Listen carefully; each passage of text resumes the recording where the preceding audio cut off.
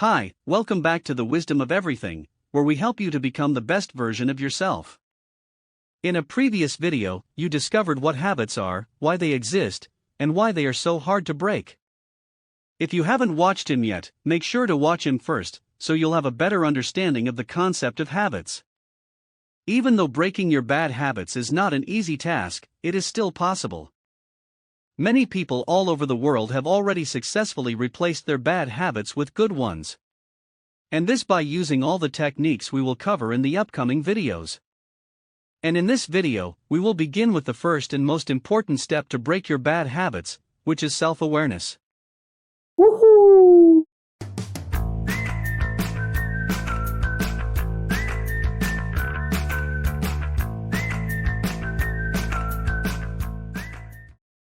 Remember that habits are actions that have been repeated so frequently that we perform them automatically without much thinking.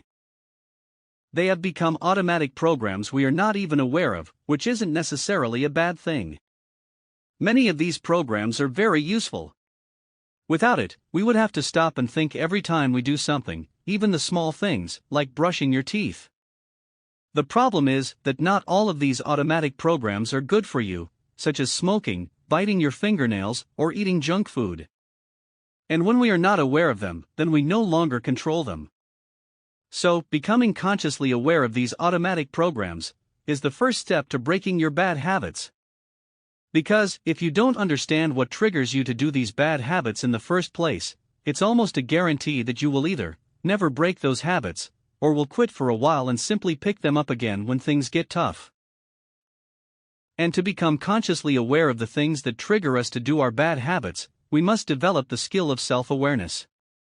Self-awareness is a key component of emotional intelligence, and involves being aware of your own traits, feelings, and behaviors. It means that you can recognize how your emotions affect your thoughts and behaviors, and vice versa. And the purpose of self-awareness is to discern which emotions you experience are important to act on, and which emotions should just be acknowledged, but nothing more. Many people believe they score high on emotional self-awareness. However, in reality, they don't. A large-scale study done by researcher Tasha Eurich showed that only 10 to 15% of the people met the criteria.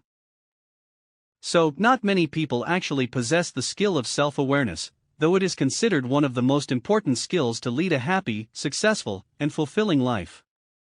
If you want us to make a more specific video about self-awareness and emotional intelligence, make sure to put your request in the comments below.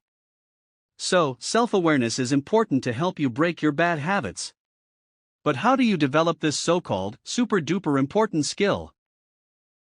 Well, there are several techniques, but the one I recommend the most is the practice of mindfulness.